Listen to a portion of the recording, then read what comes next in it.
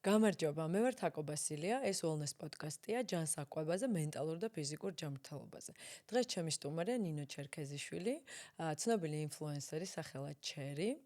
დღეს ჩვენ გვექნება საუბარი +40 ქალებისთვის ვარჯიშზე და ასევე მინდა გთხოვოთ გამოიწეროთ ჩემი Wellness პოდკასტი და არ დაგავიწყდეთ ზარის ღილაკზე დააჭიროთ ხელი, რომ ახალი ეპიზოდი არ გამოგრჩეთ.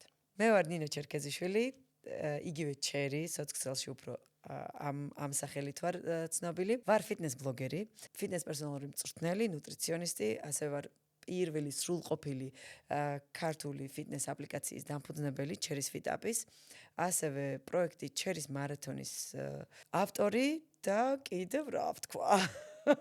კიდევ ჩერი. ნინო, როგორ ხარ? გადასარევად, თავად როგორ ხარ? კარგად, მოხარული ვარ, ხარ დღეს ჩემი სტუმარი. პირიქით, ძალიან დიდი მადლობა, ძალიან საინტერესო თემაა. ძალიან, იმიტომ რომ მეც 40 პლუსი ვარ და ძალიან გავშალოთ. მეც. მე ვარ 53-ის. ყოჩ მეც. ყოჩა როგორ? ესე იგი, მნიშვნელოვანია ხა ჩვენ ჩავშალოთ ვარჯიში, როგორ უნდა ვივარჯიშოთ ქალებმა +40 და ჩემი პირველი კითხვა, უნდა ვივარჯიშოთ თუ არა ისე როგორც ვარჯიშობენ მამაკაცები. ესე ცალსახად არასაც ვერ გეტყვი და კისაც ვერ გეტყვი, იმიტომ რომ არის კიც და არაც. ანუ უნდა ვივარჯიშოთ, იმიტომ რომ ხა მამაკაცს რო ვახსენებთ, ხო, წარმოუდგენიათ რაღაცა ძლიერი, ძალისმიერი ცხოველობა, ხო? სავარაუდოდ ესე ასოცირდება მამაკაცი ჩემში, ესეც ასოცირდება. ხო და ესეც უნდა იყოს ჩვენს სავარჯიშო რუტინაში, ქალების სავარჯიშო რუტინაში და ასევე არა, იმიტომ რომ იმათზე სხვადასხვა რაღაცები მუშაობს, თუნდაც ნუტრიციულად, თუნდაც body composition-ი როგორ არის, აი სხეულის აგებულების და პროპორცია ხო წყობის მიხედვით და ჩვენზე სხვანაირად მუშაობს. ჩვენ ამას ალბათ უფრო კარგად ჩავშლით, მაგრამ ყოველ შემთხვევაში თუნდაც ის კუნთოვანი გადანაწილება, თუნდაც ის ჯერ ერთი რომ ავიღოთ ინტერესები გვაქვს სხვადასხვა. მაინც პირველ რიგში ვიზუალიდან გამომდინარე აწყობენ გეგმებს, ინტერესებს, თუმცა თუ ჩვენ საუბრობთ 40 პლუსზე და თუ ჩვენ საუბრობთ უკვე 40-ის შემდეგ, ინტერესი ჩვენი აუცილებლად უნდა იყოს ის, რომ რამოდენიმე წელში ჩვენ დამოუკიდებლად შევძლოთ მაღაზიაში წასვლა, დამოუკიდებლად შევძლოთ ზოგადად მოტანა, შოპინგების, რაღაცა შვილიშვილებთან ერთად სიხარული, სირბილი, ექსკურსიაზე სიარული და რაღაცა სიცოცხლით кайფი, ისე ვისა, როგორც ჩვენ кайფობდით დავუშვათ იმ 30-იანებში. ანუ ეს მიზნებიც რაღაცნაირად უნდა დავაკორექტიროთ, ასე ვთქვათ, 40-ის შემდეგ და ეგ უნდა იყოს ზუსტად ჩვენი მიზნები და აი მაგ მიზნების გათვალისწინებით, კი ბატონო, რაღაცეებში დავემთხოვით მამაკაცთან ერთად და მამაკაცის ვარჯიშებს და რაღაცეებში ვერ დავემთხოვით. ნინო, მოდი ჩავშალოთ, მაინც შევადაროთ კაცის და ქალის სხეული ერთმანეთს, რა განსხვავებაა? ნუ პირველ რიგში ჰორმონალურად არის უდიდესი განსხვავება და მე მგონი ყველაფერი უკვე მაქედან მოდის რა, იმიტომ რომ ჩვენ როგორც ადამიანებს გვმართავს ჰორმონები. კაცის წამყვანი ჰორმონი არის ტესტოსტერონი, ქალის წამყვანი ჰორმონი არის ესტროგენი. ტესტოსტერონი ხანდახან ვეძახი ხოლმე ჯადოსნურ ჰორმონს, იმიტომ რომ რასაც ქალები ვოცნებობ მთელი ჩვენი ცხოვრების განმავლობაში, ეს აქვთ კაცებს ბუნებრივად, იმიტომ რომ ის წონაში კლება, ცხიმის სწრაფად წვა, ჩვენთან შედარებით ხო მამაკაცი ძალიან სწრაფად აღწევს აი ამ რაღაც შედეგებს ხო, განსაკუთრებით, როცა წონის კლებაზე არის საუბარი. კუნთის შენება ასევე მამაკაცთან უფრო დასწრაფებული არის ეს პროცესი ვიდრე ჩვენთან, იმიტომ რომ აი ეს ჰორმონი ეხმარება ზუსტად მათ აი ამ ყველაფერში და ესტროგენი ჩვენთან პირიქით უკვე ორიენტირებული არის ცხიმის შეკავებაზე და შენახვაზე მუდმივად, იმიტომ რომ ჩვენ ბიოლოგიურად, ევოლუციურად ჩვენ გვჭირდება რომ დაიცვას fertility, ანუ რეპროდუქციული ასაკი უნდა დაიცვას მთელი აი ეს წლები, სადამდე ჩვენ ციკლი გვაქვს და ციკლის სიჯანსაღი ზუსტად ესტროგენიდან გამომდინარეობს, ესტროგენის სიჯანსაღიდან და მთელი აი ანუ ძალიან დიდი ფაქტიურად ორ სხვადასხვა რაღაცაზე არიან პასუხისმგებლები ესტროგენი და ტესტოსტერონი. და შესაბამისად კუნთოვანი მასაც სხვანაირი გვაქვს, ხო? კი, ანუ ჩვენ ფაქტიურად დაბადებულები ვართ თავიდანვე უფრო მეტი ცხიმოვანი უჯრედებით. ეს ხო. იცი რა, არ არის სამწუხარო. ეს გაჩნია ამას როგორ მართვას უკეთებთ მე მთელი ცხოვრების განმავლობაში, იმიტომ რომ ეს პირიქით ბუნების საჩუქარი არის, იმიტომ რომ ჩვენ ხომ უნდა გავაჩინოთ ბავშვი, უნდა გავუძლოთ ჩვენ განა ესე ცხოვრების დიდ მოვლენისთვის არის ჩვენი სხეული მომზადებული ესეთ სტრესებისთვის, არამედ თვის შიგნით ჭრილშიც ძალიან ხშირად ხდება ჩვენში ცვლილებები, რომ აი ამისთვის როდესაც კი, რა თქმა დაცული იყოს სხეული და ზუსტად ამიტომაც ანუ ესტროგენი უზრუნველყოფს ამ ყველაფერს და ეს ცხიმოვანი უჯრედები ზუსტად ეგ არის, იმიტომ რომ როგორც წესი ჩვენ საწვავად ცხიმს გამოვიყენებთ. აქვე ცოტა შეიძლება სხვაგან გადაგიხდი, მაგრამ არა, გაგრძელე. ხო, აი ეს სხვაობაც რო ავიღოთ, ხო? ქალსა და მამაკაცს შორის, ხო? თუნდაც რო ავიღოთ ვარჯიშის დროს, მამაკაცი უფრო გლუკოზას იყენებს, როგორც უბრალოდ საწვავს და ქალები ჩვენ ვიყენებთ უფრო მეტად ცხიმს. ეს იმას არნიშნავს, რომ ჩვენ ცხიმს სწრაფად წვავთ, უბრალოდ ჩვენ როგორც საწვავს ვიღებთ ცხიმოვანი უჯრედებიდან. გასაგებია. ეხლა მაინტერესებს ყველაზე ხშირად დაშვებული შეცდომები ვარჯიშის დროს, რუტინის დაგეგმვისას +40 ქალები რას ვუშვებთ? ყველაზე ხშირად დაშვებული შეცდომები არის ისევ და ისევ დაკავშირებული ცხოვრების სტილთან. იმიტომ რომ ჩვენ მეც მაქვს ხოლმე ხანდახან ეგ მომენტი, რომ ჯერ ისევ მგონია ჩემი თავი, იმიტომ რომ ენერგიულად ამას გრძნობ, რომ აქ ენერგია და რატომაც არა, მაგრამ 40-ის მერე ცოტა სხვანაირად უნდა გადაალაგო, თუნდაც ის შენი ძილი, თუნდაც ის შენი სხვადასხვა რუტინები, ანუ იმიტომ რომ 40-ის შემდეგ ძალიან სწრაფად გეპასუხება სხეული ყველაფერზე, ანუ რაღაცას ცოტა გზიდან თუ გადაუხვიე, ეგრევე ფიდბექი გაქვს. აი ეგრევე არა აქ თითქოს, ხო? აი ისეთი როგორც მანამდე ქონდა. ალბათ ეგეც არის, ალბათ ისიც არის, რომ სხეულს უფრო კარგად ვიცნობთ, უფრო გრძნობილობა არის, უფრო მეტად მომატებული და აი რაღაცნაირად ჩვენი სხეულიდან სიგნალები ეგრევე დაჭერადი ხდება რა. აი რაღაცა თუ ოდნავ მაინც გადაუხვიე, ეგრევე ისე დავშვით. მე მაგალითად მაძლევს სიცხეს. ხო არა? ერთ დღიან ეგრევე სიცხეს მომწევს ხოლმე თუ ძალიან გავჭედე როგორც ძალიან გადავიღალე, გადავსტრესე სხეული, რაღაცა ბევრი რაღაცა დავგეგმე დროის მოკლე პერიოდში, რომელსაც სხეულმა უთხრა, რომ აი ხა ცოტა დასტოპდი და უცბად ბრახს იცხე მომცა. პირველ რიგში ალბათ უნდა გადავხედოთ ჩვენს ცხოვრების წესს, რომ ძილი პირველ რიგში, რომ ძილს აუცილებლად უნდა მივაქციოთ ყურადღება, ესე იმას რასაც გვპატიობდა ჩვენ, როცა სამიანი გვეწერა და შეგვიძლია რომ დავუშვათ ჩვენი ღამეები გაგვეხანგრძლივებინა და უბრალოდ ღამე დაგვემოკლებინა და დღე გაგვეხანგრძლივებინა, აი მაგას აუცილებლად უნდა გადავხედოთ. ასევე ძალიან ხშირად დაშვებული შეცდომა არის ის, რომ კიდევ ეს არის უშველებელი დებატის თემა და ძალიან ბევრი ალბათ ახლა კომენტარებში დაგვეხვევა, რომ უზმოზე ვარჯიში, განსაკუთრებით 40-ის შემდეგ, უზმოზე ვარჯიში არის ძალიან რთული, იმიტომ რომ ჩვენ წარმოქმნით ენერგიულ დეფიციტს სხეულში და მე მთელი დღის განმავლობაში შეიძლება ისე წავიდეს ყველაფერი, რომ ძილზეც კი შეგვიშალოს ამ ყველაფერმა ხელი.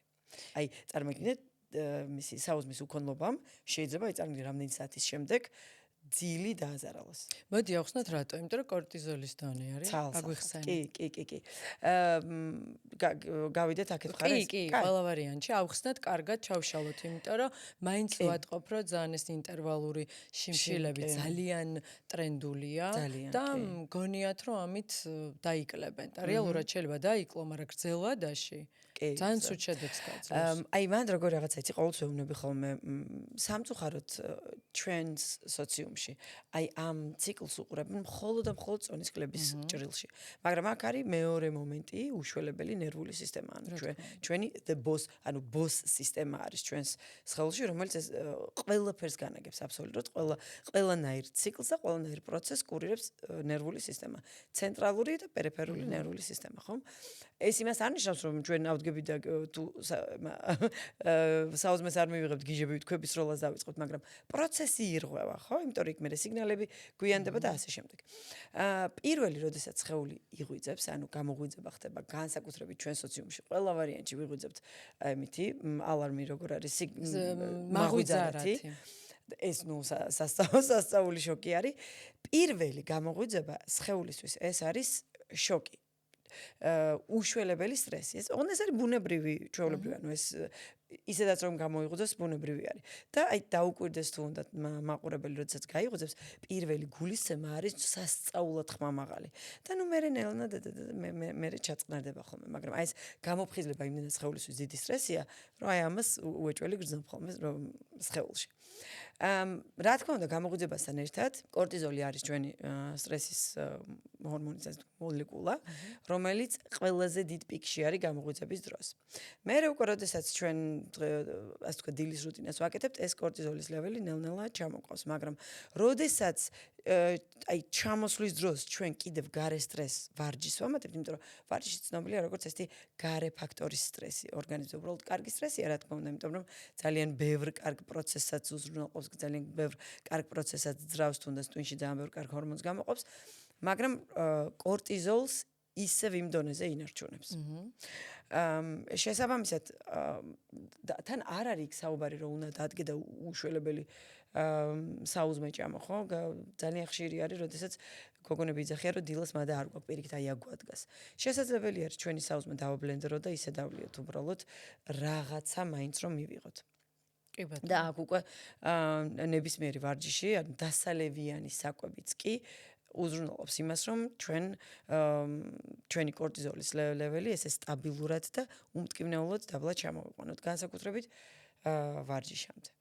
ასევე და ვიცი რომ პლუს კიდე ბოდიში ყავას რო ამატებენ უზმოზე, ხო კიდე საერთოდ არა, ყავა უზმოზე არაფრით არ შეიძლება. ხო, აი იცი რა არის, აი ხა ძალიან ტრენდული არის, ასე ვთქვათ, Stacy Sims-მა დაიწყო, Stacy Sims-ი არის, აი როგორც მეთქვა შენი კუმილიზე, ჩემი, აი არ ვიცი მართლა, ეს არის პიონერი ქალი, რომელმაც დაიწყო ქალების კვლევა და შესაბამისად აი ამ კვლევების ბაზაზე უკვე ტრეინინგის დაგეგმა, ნუტრიციის დაგეგმა და ყველაფერი, იმიტომ რომ ჩვენ რასაც უყურებთ, ახლა ეს ფასტინგი იქნება თუ აი ეს ძირითადი ტრენდები გავრცელებული რაც არის, ყველაფერი არის კაცის კვლევებზე დაფუძნებული და ისედაც მკვლევარებს ხო არ აწყობთ დავუშვათ ის მკვლევას ვინც აფინანსებს არ აწყობს ისეთ არასტაბილურ არსებაში თანხის ჩადება როგორიც ქალია. ნუ იმიტომ რომ თვის განმავლობაში ძალიან ხშირად გეცვლება შენ მონაცემები რა და ეხა სულურებს იმ მკვლევას ყველაფერში რას. და აი Stacy Sims-ი არის ზუსტად ის პიონერი ქალბატონი რომელმაც დაიწყო ქალების კვლევა, ისედაც 107 კვლევაზე აქვს გაკეთებული თავისი რივიუ და ნუ მოკლედ მე Stacy-ზე რო არ ვისაუბროთ. აი მაგან დაიწყო ესეთი ტრენდი, ასე ვთქვა პროტეინ ესპრესო. ასე ვთქვათ, დილობით იღებს ხო ვისაც ყავა, ვისთვისაც ყავა ძალიან მნიშვნელოვანი არის და კოფეინზე დამოკიდებული არის დილას. ღამე აყენებს მისი რეცეპტი ვთქვა. ნუშის რძე, ორმაგი ესპრესო და პროტეინის ფხვნილი. და დილას უკვე კიდევ კარგად მოურევს, დალევს და უკვე 30 გრამ პროტეინი მიღებული აქვს, თავისი კოფეინი მიღებული აქვს და ჩვეულებრივად შეუძლია ვარჯიშს დაწყო. შენ სვამ ყავას? მე არ მიყვარს ყავა, სიმართლე გითხრა, მე არ ვარ ყავაზე დამოკიდებული. უბრალოდ მე სიამოვნებს პროცესი, რომ მიდიხარ ხა იქ და თუ შეიძლება კაპუჩინო, შოკოლადით და დარიჩინით.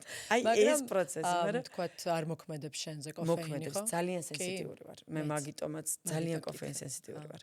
ფაქტიურად ერთი პერიოდი, როდესაც ძალიან გადაისრესა ჩემი ორგანიზმი კი არა და ძალიან ბევრი პროექტი დამემატა რა, რაღაცა დროის მოკლე პერიოდში. დილაობით ვიღწევდი ხელების კანკალით. და მივხვდი, რომ ჩემს ცხოვრებაში რაც იყო ახალი დამატებული, რა თქმა უნდა, ეს უამრავ პროექტს ამას ვერ გავიშვებოდი, იმიტომ რომ ეს იყო ჩემი ერთი შემოსავლის წყარო, ერთი სამუშაო და რაც იყო ახალი დამატებული, იყო კოფეინი. იმიტომ რომ ორსულობაში დავიწყე რაღაცა ეს პროცესი მომეწონა რა, ყოველდღიურად შევდიოდი იქ მასში, ერთ-ერთ კოფიშოპში და ამას უკვეთავდი კაპუჩინოს შოკოლადე დარიჩინით.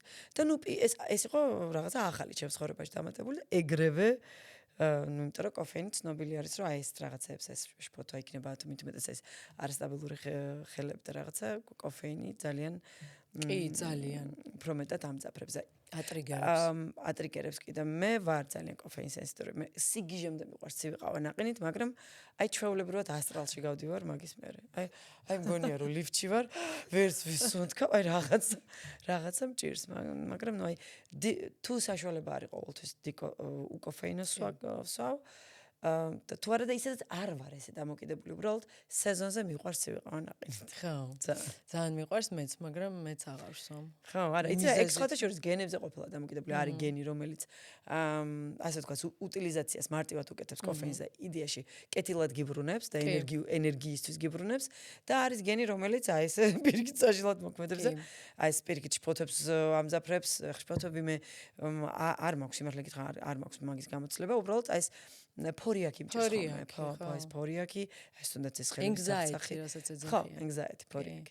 ხო, ჩემზე ძილზე მოქმედებდა ძალიან და ამიტომ დავანებე თავი. ძილზე პრინციპში მე მგონი ბოლოს ალბათ ძილზეც მოქმედებს. მოდი მოგვიყევი, ახლა როგორი ტიპის ვარჯიშები არის საჭირო, რომ კუნთის მასა შევინარჩუნოთ, იმიტომ რომ 30-ის მერე ვიცით, რომ იკლებს და 40-ის და 50-ის მერე საერთოდ და მე სხვა ვარჯიშებზეც ვისაუბროთ. ეხლა ჯერ როგორ შევინარჩუნოთ კუნთის მასა.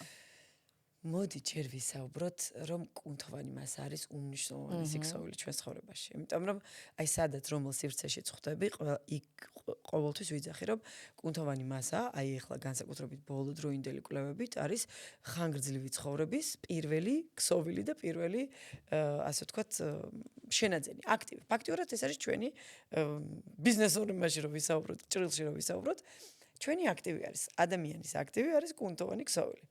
ამიტომ გოგონებს, რომლებსაც ეშინიათ კუნთოვანი მასის ვაიმე არ გავიზარდო, არ დავიკუნთო და ასე შემდეგ, მე მგონია რომ აქ ძალიან მნიშვნელოვანი არის აი ზუსტად ესეთი პოდკასტები, რომ ჩვენ ძალიან ხშირად ვისაუბროთ კუნთოვან მასაზე, სილამაზის პერსპექტივები შევცვალოთ საერთოდ და კუნთი იყოს აღქმული როგორც ჩვენი ნაწილი, ჩვენი ბუნებრიობის ნაწილი და პირიქით სილამაზე. კი ბატონო. იმიტომ რომ კუნთის უკან ერთი რო დგას დისციპლინა, კუნთის უკან დგას ამ ადამიანის პიროვნული ხასიათი, გადაწყვეტილებები, რომ მას მტკიცე ხასიათი შეუძლია რაღაცებზე უარი თქვას და რაღაცებზე ის რაც მისთვის ძალიან კარგი არის და როცა მისთვის კარგი არის, ესე იგი საზოგადოებისთვისაც კარგი არის, აუცილებლად ესე არის, ხო? როცა შენ თავს კარგს უკეთებ, საზოგადოებასაც კარგს უკეთებ. და აი არ ვიცი ამ კუნთის უკან რა თქმა უნდა დგას ძლიერი სხეული, გამძლე სხეული და იმუნურად ესეთი დიდარი, ასე ვთქვათ, სხეული. ჯერ ამას აუცილებლად უნდა შევეხო ხოლმე, როდესაც კუნთზე არის საუბარი. კუნთოვანი მასის შენარჩუნება განსაკუთრებით 40-ის მერე იმიტომ ხდება ძალიან მნიშვნელოვანი, რომ ერთი რომ ჩვენ როდესაც მენოპაუზის ასაკს ვუახლოვდებით, როგორც კი ციკლს ვკარგავთ, რა თქმა უნდა, ესტროგენის დონე კვეტრად ეცემა და ესტროგენი ასევე ცხიმის დაგროვებასთან ერთად პასუხისმგებელია ჩვენი ძვლის სიმჭიდროვეზე. ძვლის სიმჭიდროვე როგორც კი ასე კვეტრად გამოეცემა, ჩვენ ვიცით რომ 30-ის მერე ისედაც იკლებს, ან 30-ის ასაკში არის პიკში ძვლის სიმჭიდროვე, მაგრამ როგორც კი 30-ს გადავცილდებით, უკვე სიმჭიდროვე ნელ-ნელა იკლებს. ზუსტად კუნთოვანი მასა არის ამისთვის ძალიან მნიშვნელოვანი, შევინარჩუნოთ, რომ კუნთი როცა ხოძე, ასე ვთქვათ, ძვლის გამოფიტვა ესე სწრაფად არ ხდება. იმიტომ რომ ესტროგენის გამოცვლასთან ერთად ძვლის მასა მკვეთრად იკლებს. რატომ არის? როდესაც 40-ის ზემოთ არის სწორედ სტატისტიკურად ქალებში მენჯის ხშირი მოტეხილობა. ქალებში ოსტეოპოროზი, ოსტეოპენიათი იწყება და ოსტეოპოროზით ვითარდება. და ოსტეოპენია არის რეგრესული მდგომარეობა. ჯერ კიდევ შეგიძლია ეს რეგრესში წაიყვანო და ისევ თავის ადგილას დააბრუნო სხეული, რომ ეს ოსტეოპენია არ იყოს. უკვე ოსტეოპოროზი არის უკვე იმ საწყისი, გამოფიტვის საწყისი სამწუხაროდ, რასაც ქალები შეიძლება ითქვას, რომ ბუნებრივად ვერ ავწდებით, მაგრამ შეგვიძლია ეს პროცესი ძალიან გავახანგრძლივოთ. არა ოსტეოპოროზს ვერ ავწდებით ბუნებრივად, ოსტეოპენიას ვერ ავწდებით ბუნებრივად. მესმის. მაგრამ შეგვიძლია ეს ზუსტად გავახანგრძლივოთ კუნთოვანი მასის შენარჩუნებით და აი ამ ძვლოვან სტრუქტურაზე ზრუნვით. არის ადამიანი, რომელიც რთულად იმატებს კუნთოვან მასას და ქალების შემთხვევაში განსაკუთრებით. მაგრამ ეს პროცესიც ჩვეულებრივად არის გადაკეთებადი და ჩვეულებრივად არის სამუშაო. უბრალოდ ზოგს თუ ნაკლები ძალისხმევა მისდის, აი მეზომორფები არიან დავშტაკეთი, ერთი-ორ ხელს რაღაცა მაგალითად ერთი ჩვენ ნაცნობი გოგონა მყავდა იოგის ინსტრუქტორი, მორიელის პოზაში რომ დადგება და კუნთები ეძებოდა და ჩვენ რაღაც თავირი რომ გადაგვიმტრია კუნთი არ იზებოდა. მაგრამ ესეც რა თქმა უნდა ჩვენ შეგვიძლია ეს ყველაფერი რეგრესში წავიყვანოთ სიკეთისკენ ოღონდ. კარგისკენ რეგრესში. როგორი ვარჯიშები არის აუცილებელი კუნთოვანი მასა როგორ შევინარჩუნოთ არის ძალისმიერი. აუცილებლად უნდა ჩავდოთ ძალისმიერი ვარჯიშები. ადრე თუ იყო რაღაცა ეს მიმართულება რომ 40-ის მერე უნდა აიღო და მარტო სკამზე ადგომა დაждდომა და ეს აერობიკა რაღაცა 1-2 სტეპზე ადგომა და ფეხის აკნევა გაეკეთებინა ამოტრიალებული აბსოლუტურად ფიტნეს სამყარო ამ მიმართულებით და პირიქით ყველა იმას გეუბნება რომ წონებით ვარჯიში წინააღმდეგობრივი ვარჯიში resistance training რასაც ქვია ეს არის ძალიან მნიშვნელოვანი კუნთოვანი მასის შენარჩუნებისთვის, გაზრდისთვის და განსაკუთრებით 40-ის მერე შენარჩუნებისთვის.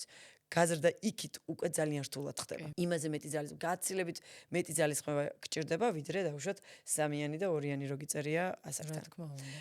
ამიტომ იქით უკვე შენარჩუნებაზე უნდა ვიმუშაოთ და შენარჩუნება არის ზუსტად ძალისმიერი ვარჯიშებით. ასე რომ წონებისაც გოგონებს არ უნდა შეეშინდეთ ძალსახად, რა თქმა უნდა ჩვენ ვარჯიშს ვიწყებთ ჩვენი ფიზიკური შესაძლებლობების მიხედვით და არ ვეტაკებით ეგრევე 120 კილოს და 80 კილოს, ხო? თავიდან იწყებთ თუნდაც იმ რაღაცა ვარდისფერი 1 კილოიანი განტელი და მე ნელ-ნელა ზრდი, იმიტომ რომ როდესაც ხვდები რომ იმ 1 კილოიანი განტელის აწევით შენ სუნთქვაც კი არ გიჩქარდება, ესე იგი სხეული ადაპტირდა ამასთან.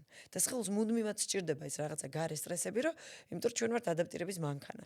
ვადაპტირდით დამიმატე. ანუ სხეული თვითონ გეუბნება, რომ ნუ მატკეპრინებ ეს და იგივეს რა. რაღაცა ცოტა საინტერესო მომეცი რაღაცა.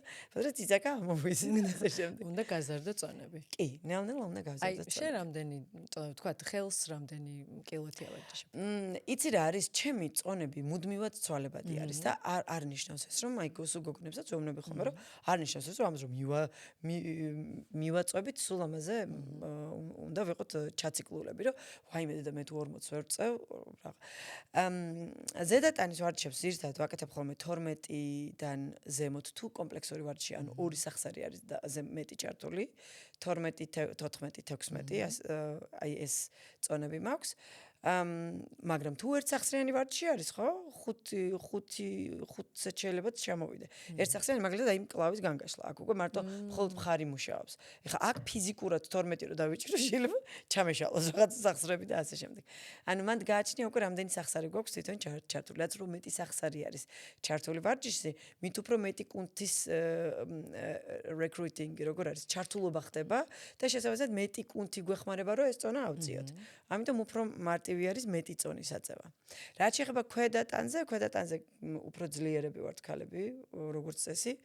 და ქვედა ტანზე უფრო მეტი წონით ვარჯიშობ. ანუ ჩაჯდომები შეიძლება 75-ზე ავედი ბოლოს. და კიდე მინდოდა გაზა, მაგრამ შვებულება დამემთხვა და აი რო ვთქვი რომ ცვალებადია თქო ზუსტად ეს არის ცვალებადობა რომ დავუშვათ ავალ მე პიკში მე ვაკეთებ ერთ თვიან deload-ს ეძახიან, ანუ deload-ის ფაზას ვაკლებ, სპეციალურად ვაკლებ წონებს, რომ მე აი ის იმერთთვის მე კიდე დარტყმა და კიდე წონებზე ასვლა იყოს სტრესი ჩემი ორგანიზმისთვის, ხო? და არა დავუშვათ იქ 80-ზე და 100-ზე გასვლა, რომ დავუშვათ სახსრებიც დავიცვა რაღაც მომენტში, იმიტომ რომ მეც მაქვს დაშვებული ძალიან ბევრი შეცდომა როგორც დამწყებ ტრენერს, დამწყებ მოვარჯიშეს და იმიტომ რომ რაღაცა ძალიან მეტი და ძალიან ჩქარა ამეწია, არ ვუფრთხილდებოდი რაღაცებს და უკვე ტრავმებით ვარ. მოყვანილი მყავს ჩემი სხეული აქამდე. ამიტომ მე სტრატეგიულად უფრო უნდა დავუგეგმო რაღაცეები ჩემს სხეულს, ვიდრე კუნთებზე ვიყურო და ვიღაცებს ვეჯიბრო. ხო.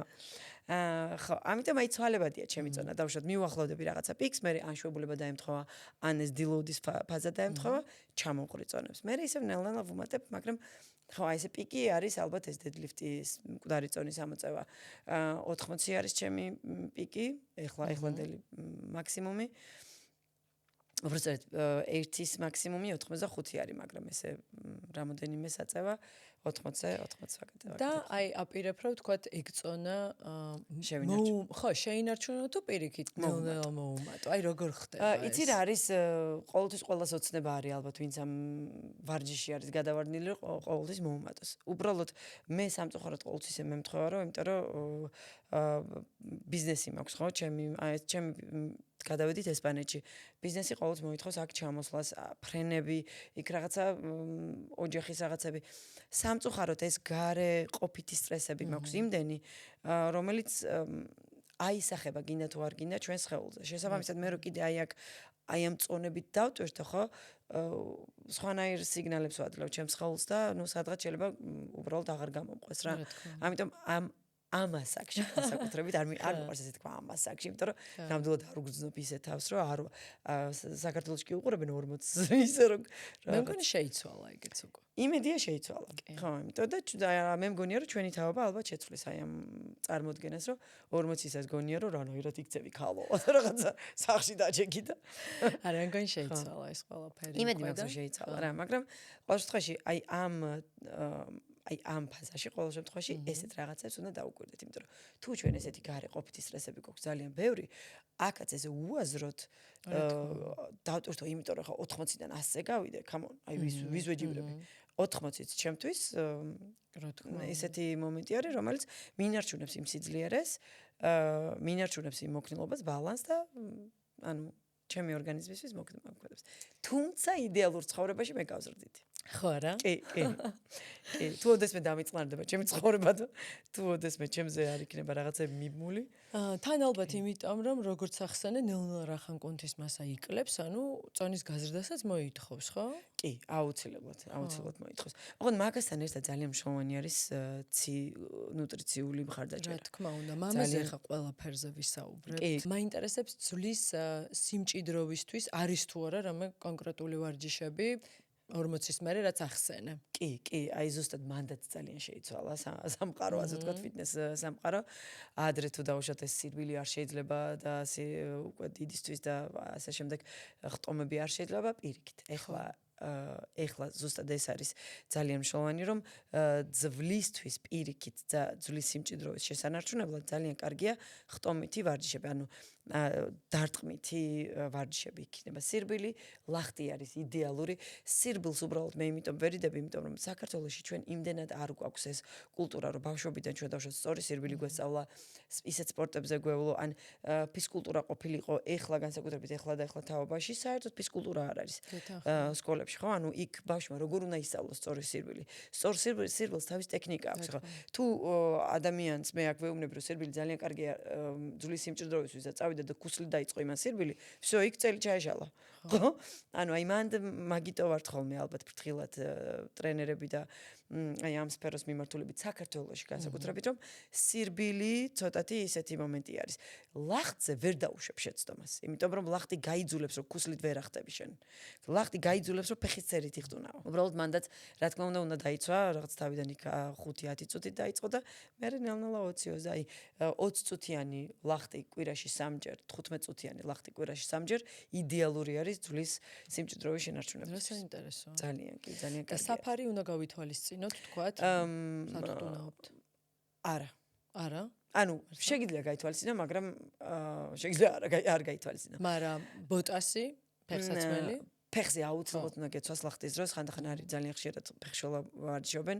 დავუშვათ შიშველი ფეხი დაერტყას მიწას. პირიქით ეგ ძალიან სასარგებლოც არის. პირიქით უფრო კარგად მყესები ძალიან ძლიერდება განსაკუთრებით და ძვლის სიმჭიდროვე უბრალოდ ძალიან ხშირია ხომ რომ ლახტს ირტყავენ თითებში და ეს ძალიან ძალიან დიდი სიჩქარის განვითარება აქვს ლახტს და მით უმეტეს გააჩნია როგორი ლახტი გაქვს შეიძლება თითი მოგწყდეს კიდევაც. ამიტომ არ არის. კი, ტრამული არის.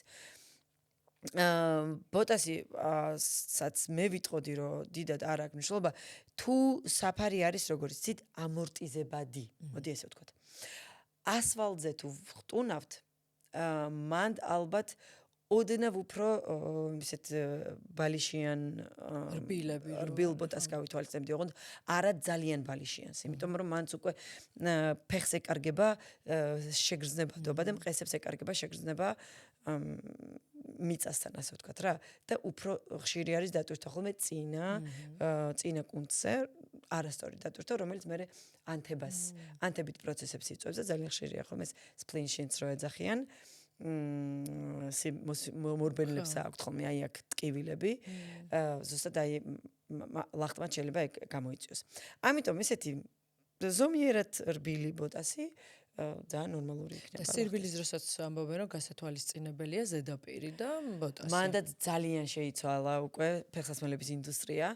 ადრე თუ იყო აი ესეთი ბოტასები, სადაც ფეხი ვიწროვდებოდა და ძალიან ხშირი იყო მე უკვე აი პირველ თითზე რომ კოჭი გამოვარდება ხო რა ქვია პადაგრას ეძახიან ახლა, მაგრამ ნუ რაღაც სხვანაირად ქვია მედიცინურად აი ცერათითი რომ მიბრეცილად მიდის აი ეს კოჭი გამოდის ზუსტად ფეხსაცმელების გამო არის ეს ამიტომ ეხა ბოტასებით შეიცვალა და უფრო გაშლილია წინა მხარე რომ თითები მაქსიმალურად გაშლილი იყოს ვარჯიშის დროსაც კი აი ჩაჯდომების დროს ხო ძალიან მნიშვნელოვანია რომ თითები ჯერ მარაოსავით გადაშალო ისე დადო აი თითქოს მოპორჭყნო იატაკს რომ ძალიან მყარად დადგე და მერე დაიწყო ჩაჯდომა და არა მარტო როგორც აი დავშვა ადრე ვიძახდით რომ ქუსლზე დაატანე ძალა ეგ შეიცვალა ძალიან შეიცვალა იმიტომ რომ მთლიან ტერფზე უნდა გადანაწილდეს სრული ძალა და მთლიანი ტერფი უნდა იყოს კონტროლირებადი იატაკზე რომ სწორად წავიდეს დატვირთვა მთელ სხეულში.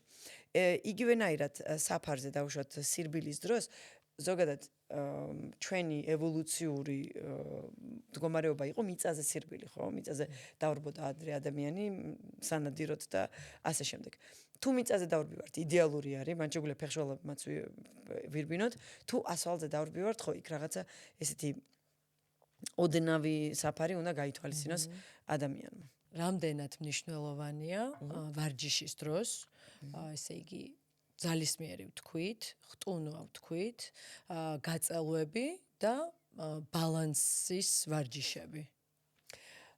ბალანსზე გავუსვათ აუცილებლად ხაზი, იმიტომ რომ 40+-ის აი ასაკის მატება გეტყობა ეგრევე ბალანსის ვარჯიშებზე. აი მე რო შევდივარ ხოლმე ხანდახან პილატესის მასზე, პილატესის კლასებზე, იქ ხო გონია ყოველს მძლე ჩერი შემოვიდა და რაღაცა აი ჩვეულებრივ ყანყალი ჯვარი ვარ. იმდენად აი პირველი ესე ვთქვათ declines გიკეთებს ბალანსი. ხო რა. ის რაც ასაკში გაკლდება და რასაც ეგრევე გრძნობს, ეს არის ბალანსის დაკლება. ამიტომ აუცილებელი არის ბალანსის ვარჯიშების კეთება. ძალიან კარგი არის პილატესი ამისთვის, ძალიან კარგი არის იოგის რაღაც ნაწილები. ისედაც ჩვენს ძალისმიერ ვარჯიშებში შეგვიძლია ისეთი რაღაცების გაკეთება, რაც ბალანსზე იქნება ორიენტირებული. ბოდიში მაგალითად ბურთი რო არის, ბოსუ, კი ბატონო, ბოსუს რო იმუშაონ, ძალიან კარგი ბოსუ არის, ესე ნახევრად გადაჭრილი ბურთი, ქვემოთ არის სიმყარე, ზემოდან არის რეზინის ამობურცული რაღაცა. იმ მაგაზე რო იმუშაონ, მაგალითად ლანჯი არის ერთი ფეხი წინ, ერთი ფეხი უკან და ჩაჯდომა. ანუ ერთი ფეხი რომ მაგაზე იყოს და ერთი ფეხი რომ იატაკზე იყოს ჩაჯდომა, ან პირიქით ერთი ფეხი მაგაზე რო იყოს, ან შეგვიძლია ძალისმიერი ვარჯიშების დროსაც გავაკეთოთ ბალანსის ვარჯიშები. ერთფეხიანი დედლიფტები, ეს რო გადადგა. ცალფეხზე რო ხარ. ცალფეხზე. ბალანსი არის უმნიშვნელოვანესი, რომელიც აუცილებლად. აი ხო გვინახია მოხუცი რომ რაღაცნაირად თითქოს ჰაერში რო ადგავს ხოლმე ფეხს. აი თითქოს ბებია მიცოდა ხოლმე რომ გუბეზე გადამიყვანევა და გუბეზე რო გადაადგავდა ფეხს, აი თითქოს ჰაერში ადგავდა ხოლმე. იმიტომ რომ ეს არის ზუსტად აი ეს ბალანსის დაკლება, ხო? ბალანსი ნელ-ნელა იკლებს. ამიტომ ბალანსის შენარჩუნებაც ჩვენთვის პირველი, ასე ვთქვათ, ამოცანა. თანმხლები ამოცანა უნდა იყოს კუნთოვან მასასთან ერთად. რაც შეეხება გაწელვების მნიშვნელობას, გაწელვა ცალსახად ძალიან მნიშვნელოვანია, იმიტომ რომ ჩვენ გვჭირდება სახსახში სრული გახსნილობა და სრული მოძრაობა. იმიტომ რომ თუ სახს არის სრულად გახსნილია, მე იმ ვარჯიშს ძალისმიერ ვარჯიშს სრულ მოძრაობას ვაკეთებ. ანუ მაგალითად ჩაჯდომა რო ავიღოთ, ყველაზე კარგი მაგალითი არის 90 გრადუსიანი ჩაჯდომა, გოგონები ნახევარზე რო ჩადიან ხოლმე, აი პარალელურად რა 90 გრადუსიან ჩასვლას ეძახიან. როდესაც ბარძაყი პარალელური არის იატაკის. და სად სრულად რო ჩადიხარ, სადაც საჯდომი და მენჯი მუხლზე ქვემოთ არის. სად ეგეც ჩაჯდომას რო ვაკეთებთ, ხო? როდესაც სრულად ვაკეთებთ ჩაჯდომას, უფრო მეტი კუნთის ჩართვა ხდება ქვედა ტანში, უფრო კარგად ხდება თუნდაც იმ საჯდომის ჩართულობა, ვიდრე 90 გრადუსზე, სადაც უფრო მეტად კვადრიცებზე ვართ დამოკიდებული და უფრო მეტად კვადრიცებზე გადაგვაქვს ძალა.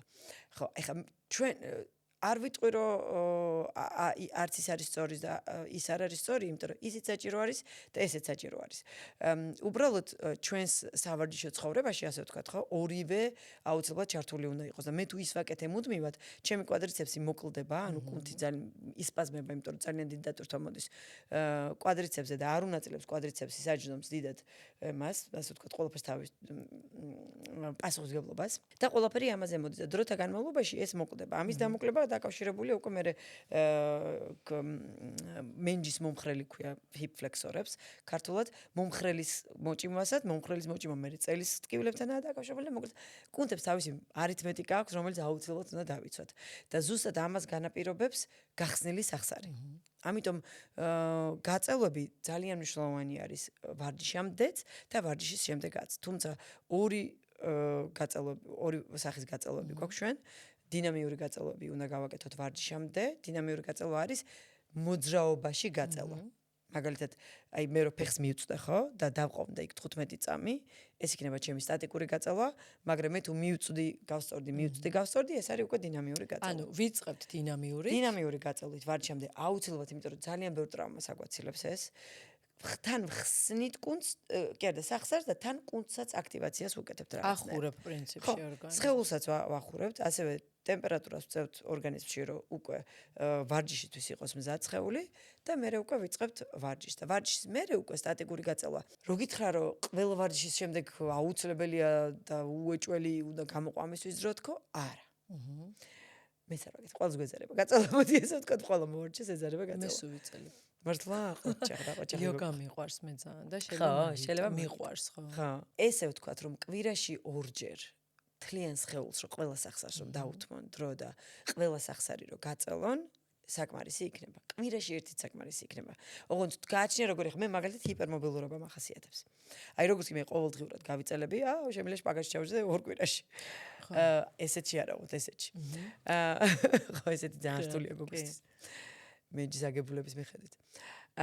მაგრამ თუმცა აი ხა ხო აი ისე ვის მახსოვს რა იმ ამბიციით გიყვები 30-იანების ამბიციით გიყვები ეხა შეიძლება ვერ ჩავშდე მოგატყუო ორ კვირაში მაგრამ ყოველ შემთხვევაში ეს ჰიპერმობილურობა მე მახასიათებს ასე ვთქვათ აგებულებით და ბიოლოგიურად მაგრამ ადამიანი რომელიც ძალიან სწრაფად იკედება ძალიან არაზოს არ დაკავებულა იმიტომ რომ მე ვცეკვავდი ბავშვობაში და ალბათ მაგისი დამსახურებაც არის ეს არაზოს სპორტით არ ყოფილა დაკავებული და ეხლა დავუშვათ გადაწყვეტა ვარჯიში მაგისთვის ძალიან მნიშვნელოვანი არის რომ კი ბატონო კვირაში ორჯერ სრულად დაუთმოს მთლიან სხეულს გაწელობისთვის დრო.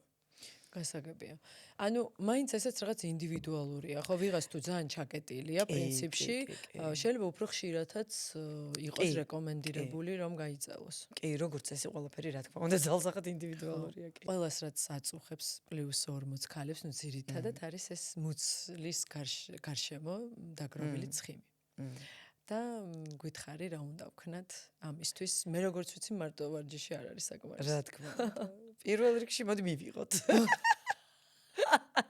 იცი რატომ უნდა მივიღოთ იმიტომ რომ არ უნდათ ის ცვლილებები რაც უნდა გააკეთო და თუ არ გინდა ის ცვლილებები და მაინც ესე ტვინში გარჭობილი ქონდეს რომ აიმედე და რა მცხიმს რა უყო და აიმედე და რა მცხი აბა რა ცვლილებებზეა საუბარი პირველ რიგში ძილი არის უმნიშვნელოვანესი აი ზუსტად აი პატარა მოცლისთვის. მეორე რიგში მოძრაობა. დღის განმავლობაში ანუ ჩვენ თუ ათლეტებით არ ცხოვრობ და ათლეტების მუცელი გვინდა ქალს 40 წლის მერე, ნუ არაადეკვატური მოთხოვნებია ჩვენი თავის მიმართ, ხო? ანუ თუ დღის განმავლობაში ძირითადი ნაწილი გვიწევს ჯდომა, მაშინ ანუ იქ ის 1 საათი ვარჯიში არ ყოფნის, იცი? 40 წლის მერე სამწუხაროდ 1 საათი ვარჯიში აი ეს პატარა მუცელზე არ ყოფნის. ნუ ახლა თუ თან გააჩნია როგორ პერფექციონიზმამდე გაქვს ხო შენ დაყვანილი ახლა მე ძალიან რა მე სიმპათიურები ის პატარა ხიბუნა ალბათ მივიღე და იმიტომ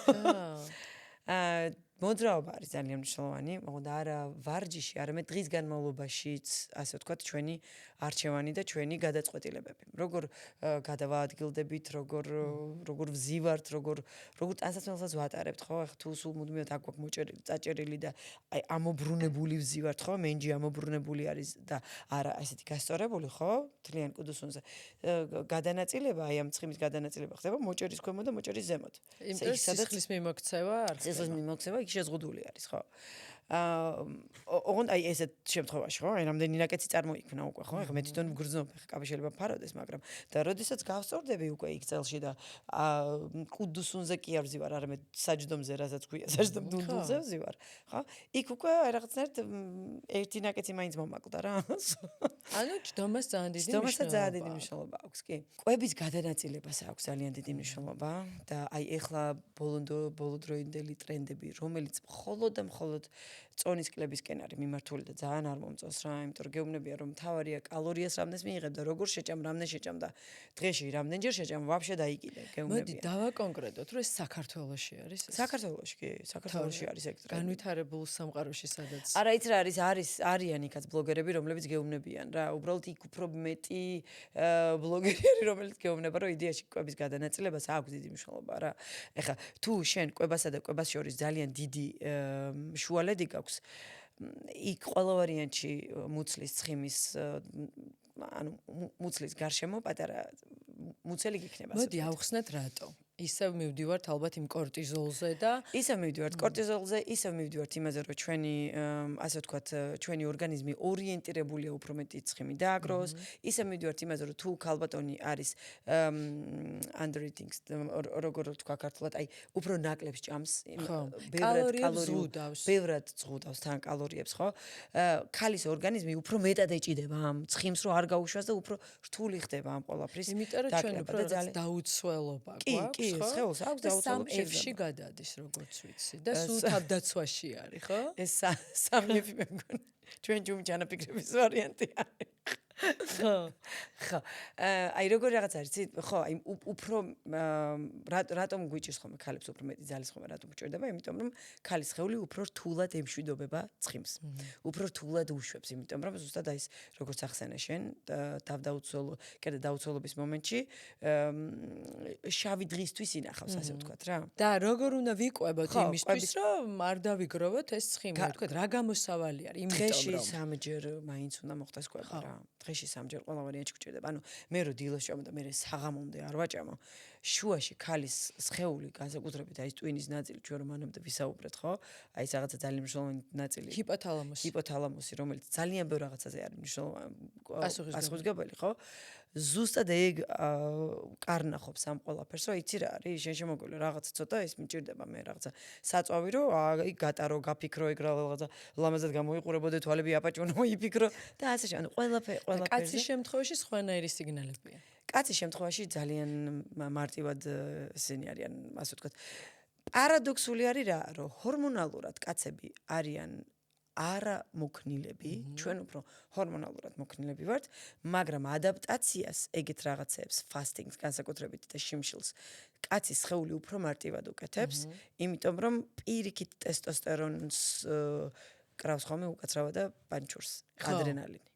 იმიტომ რომ კორტიზოლი გამოიყოფა იქ ადრენალის ჯირკვალიდან გამოიყოფა ეს ყველაფერი და როდესაც ადრენალის ჯირკვალი წუხდება ტესტოსტერონიც იქვე არის დასახმარებლად. ამიტომ კაცის სხეული ამ ყველაფერს ძალიან მარტივად გადის. სტრესი ვისაუბრეთ, აღარ მახსოვს, მაგრამ სტრესი არ გვიხსენება, მაგრამ სტრესი ძალიან მნიშვნელოვანი არის აი მუცლის ცხიმის დროს.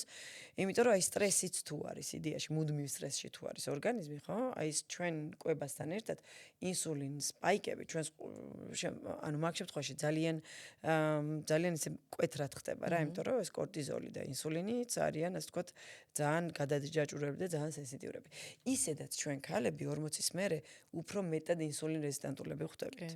ამიტომ არის ეხლა პირიქით შეიცვალა, რომ 40-ის მერე ცილის მიღება უნდა გაზარდო, იმიტომ რომ ცილის მიმართაც ხდება რეზისტენტული სხეული და ვეღარ აღიქვავს აი ამ ამინომჟავებს, რაც უნდა აითვისოს სხეულმა და ისე უშვებს. უყურებთ რა. კი, ამიტომაც ცილაც ძალიან მოსამატებელი გვაქვს. ანუ ჩვენ რო ადრე ვიძახდით, რომ ადამიანი გოგონა რომელიც არ ვარჯიშობს, მისთვის 1 გრამი ცილა იქნება ოკეი, თავის წონასთან მიმართებაში, ანუ 1 კილოგრამზე 1 გრამი ცილა. ეხლა ნამდვილად აღარ არის ეგრე 40-ის გოგონა თუ +40. +40, კი ბატონო, ბოდიში. ეხლა ნამდვილად აღარ არის ესე, პირიქით 1.7-დან ზემოთ ჯდომიარე ქალბატონმაც კი უნდა მიიღოს. და ვინც ვარჯიშობს? ვინც ვარჯიშობს 2 გრამი 2.2-ც მშვენივრად წავა. მოდი აი და 2.2, იცი ბოდიში გაგაწყვეტინე ხანდახან მე ბევრი ეჩვენებათ ხოლმე რა, მაგრამ ეხლა მაგალითად მე ვარ 60 კილო, ხო? 60 კილოზე მე თუ მივიღე 120 გრამი ცილა დღის განმავლობაში, შეიძლება ვიღაცას ძალიან ბევრი მოიჩვენოს 120 გრამი ცილა. არ არის ბევრი, იდეაში დილას 2 კვერცხი, შუადღისას ქათამი 100 გრამი არ აქვს მნიშვნელობა, ფილეთი დაღეჭავთ და უიტერეს ფილეს შეჭამთ თუ რა რაპს შეჭამთ, არ აქვს მნიშვნელობა. და საღამოს საქონლის ხორცი, იქაც დაახლოებით ესე 100 გრამი.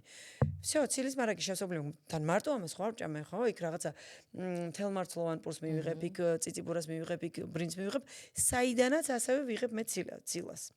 ხო, დილას შეიძლება შვრიით დავიწყო, პირიქით შვრია ცილა, თხილეული, იქიდანაც ავიღებ მე ცილას. ან სნეკის მაგერად, სნეკის დროს თხილეული, ჩირეული, იქიდანაც ავიღებ. ანუ აი ეს ძირითადი, ეხლა მე მარტო ხორცის პროდუქტები ჩამოთვალე, იმიტომ რომ მე ძალიან ხორცისტი ვარ, მაგრამ არ აქვს მნიშვნელობა, შეიძლება ეს ყველაფერი აიღონ პარკოსნებიდან, ხო? პარკოსნები, იქ მუხუდო, ბარდა, ოსპი, ამ ყველაფრიდან ლობიო, უბრალოდ ესენი ცოტა იბერინებიან და თან გონია რომ ათვისებაც ესე მარტივად არ ხდება როგორც ცხოველური ცილის, არა? ყველა ვარიანტში რაღაცა ცილა გვაკლდება, რომელიც შეგვიძლია ავინაზღაუროთ მერე დანამატებით, ცილოვანი დანამატებით, იმ პროტეინ შეიკი იქნება თუ ამინომჟავები იქნება. მაგრამ ხო, ნუ რა თქმა უნდა, თუ მარტო ამაზე ვიქენით დამოკიდებული, რაღაც ცილებს ვერ ავითვისებთ. პროტეინ შეიკებზე რას ფიქრობ? ანუ ეს grass fed რო ეძახიან, ანუ ბალახზე გაზრდილი საქონლის პროტეინი. აი მე ეგ ისეთი სფეროა და ისეთი არაკონტროლირებადი სფერო არის, ფაქტიურად ვერავინ ვერაფერს ვერ გვეტყვის, გარდა რივიუებისა, გარდა ჩვენი ძალიან დიდი საშინაო დავალებისა, იმიტომ რომ როდესაც ვისჩევთ დანამატს კი შეიძლება ვიღაცისგან აიღო ეს რჩევა, რომ აი მე ამ დანამატსვა ვიღაცა ფიტნეს ინფლუენსერისგან მე ამ დანამატსვა და შენც ეს დანამატი აიღო, მაგრამ მე მაინც ვიტყოდი, რომ ყველა მაინც თავისი რისერჩი და გამოკვლევა უნდა გააკეთოს, წაიკითხოს უკუჩვენებები და იმიტომ შეიძლება ამ ადამიანს ისეთი ქრონიკული დაავადება ჰქონდეს, რომელიც აი ამ უკუჩვენებას ეს უკუჩვენება ამას ატრიგერებდეს. ხო, ამიტომ ძალიან საჭირო არის, რომ დანამატებთან ჩვენ ვიყოთ უბრალოდ საშინაო დავალება გავაკეთოთ მოკლედ და რაღაცა ინფორმაცია ამ ბრენდის შესახებ, ან კონკრეტულად ამ დანამატის შესახებ მოვიძიოთ. ეს აუცილებელია რომ იყოს ხარისხიანი. თუ ვიღებთ. აი დანამატში ყოველთვის ვამბობ, რომ ფული არ უნდა დაზოგოთ, ანუ იაფიანი დანამატი არ უნდა იყიდოთ. კიდევ რომ დავუბრუნდეთ მუცლის ცხიმს, ხო, ყველას რაღაცნაირად აჩემებული აქვს ხოლმე ეს პრესების კაჩავი. პრესის ვარჯიში ცალსახად ჩვენ გვჭირდება და პირდაპირ მთლიანი კორპუსის მუშაობა ჩვენ გვჭირდება, იმიტომ რომ ძლიერი იყოს და ეს არის პირიქით პასუხისმგებელი ყველანაირ ძალისმიერ ვარჯიშზე, რომ უფრო მეტი შევგაძლებინოს, მაგრამ მარტო პრესის კაჩავით ცალსახად მუცლის ცხიმს ვერ დავიკლებთ. მთლიანი სხეულის ვარჯიში უნდა მოხდეს, რა თქმა უნდა, მთლიანად უნდა ხდებოდეს კუნთოვანი გადანაწილება ძალიან თანაბრად და რაც კიდევ ძალიან მნიშვნელოვანი არის, უნდა ვიმუშაოთ მუცლის ღრმა კუნთებზე. აი ძალიან ხშირია ხოლმე ხედავ გოგონას კომპლექციით, თუნდაც 40 პლუსით. გამხდარი არის, ასე ვთქვათ, გამხდარი ბჭყალებში არ მიყავს. ეს გამხდარი, იმიტომ რომ სიგამხდარს ჭკუ არ აქვს. ჭკუ აქვს ფუნქციონალს. რამდენად ფუნქციური არის ჩვენი სხეული. ჩვენიერ ფორმაში არის ჭარბი ცხიმი არ აქვს, ნორმალური კომპოზიციის არის, მაგრამ მუცელი თითქოს აი გამოვარდნილი აქვს. მეც დამემართა ეს მშობიარობის შემდეგ. აი აქ ძალიან მნიშვნელოვანი არის, რომ შიდა ღრმა კუნთები, კორპუსის შიდა ღრმა კუნთები იყოს მუდმივ მუშაობაში, იმიტომ რომ გოგონებს ძალიან ხშირად გამოგდის წყობრიდან ხოლმე ეს შიდა ღრმა კუნთები. ამას ჩვენ კარგად მივახცევთ ვაკუუმის ვარჯიშებით. აგვიხსენი კარგად. ვაკუუმის ვარჯიშები, როგორ აქვს, აი უნდა ჩათვალოთ, რომ ცხვირზე რო წაიჭირო და აი ყველაფერი რო წაიჭირო და ისე შეისუნთქოთ რა. აი აქედან უნდა გაკეთდეს ვაკუუმი და ეს არის ფაქტურად სუნთქვის შეკავება, თუმცა მუცლის ვაკუუმით. გონი უნდა იყოს მშიარი. უფრო იოლად კეთდება უზმოზე, გაცილებით იოლად კეთდება, იმიტომ რომ მე როგორ კუჭი გადაიტვირთება და რთული არის მაგას გაკეთება. თუმცა ეხა აი ვარჯიშის შემდეგ, ხო? ვარჯიშის შემდეგ გამოგდის შენ დავუშვათ ვარჯიშამდე 1 საათი ადრე ჭამე, მე ივარჯიშე, სადღაც საათნახევარი გამოგივიდა და მე ვაკუუმი რო დამატო, მანდაც მომენტ გაკაჭავ თუ დილას აგავიწყდა რა.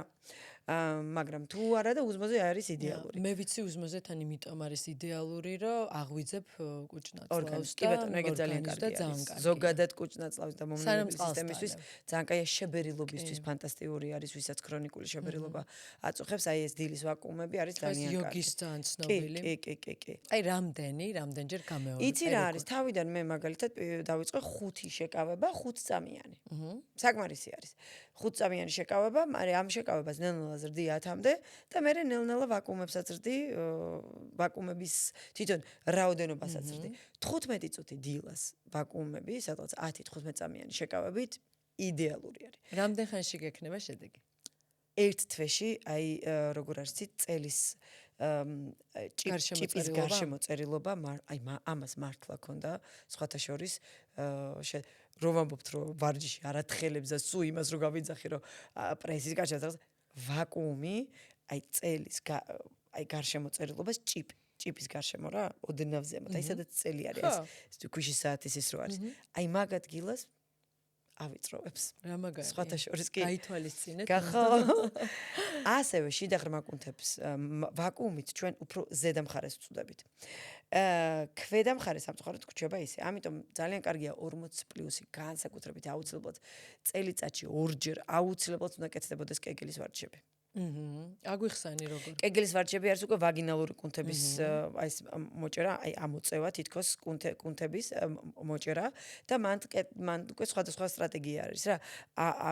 ამოჭერა გაჩერება, სადღაც 10 წამი მოშვება. ეგ 10 წამი გაჩერება შეგვიძლია დავუშვათ 2-დან 5-მდე გავაკეთოთ. მერე სტრაფები, აი თითქოს 8 მინებ და ან ახოლებ, აი ეგეთ მაში, რიტმიკაში, სტრაფი მოშვება, გაჭება, გაშვება, სადღაც 10 ცალი ეგეც და მე ჩვეულებრივი მოუჭირა გავუშვა. აი ეგეც დავუშვათ 10-დან 15 საათამდე. ეხლა ჩვენ თუ დრო გვაქვს, აი ეს მთელი ციკლი რაც მე მოვყევი 2-3 ჯერ გავაკეთოთ დილას და საღამოს ერთი თვის განმავლობაში წელიწადში 2 ჯერ იდეალური იქნება. სექსუალურ მხნეობასაც გაგვიზრდის, იქ მგრძნობელობა როდესაც იკარგება, იმიტომ რომ ვაგინალური კუნთები ეშვება განსაკუთრებით ჯობიარების შემდეგ.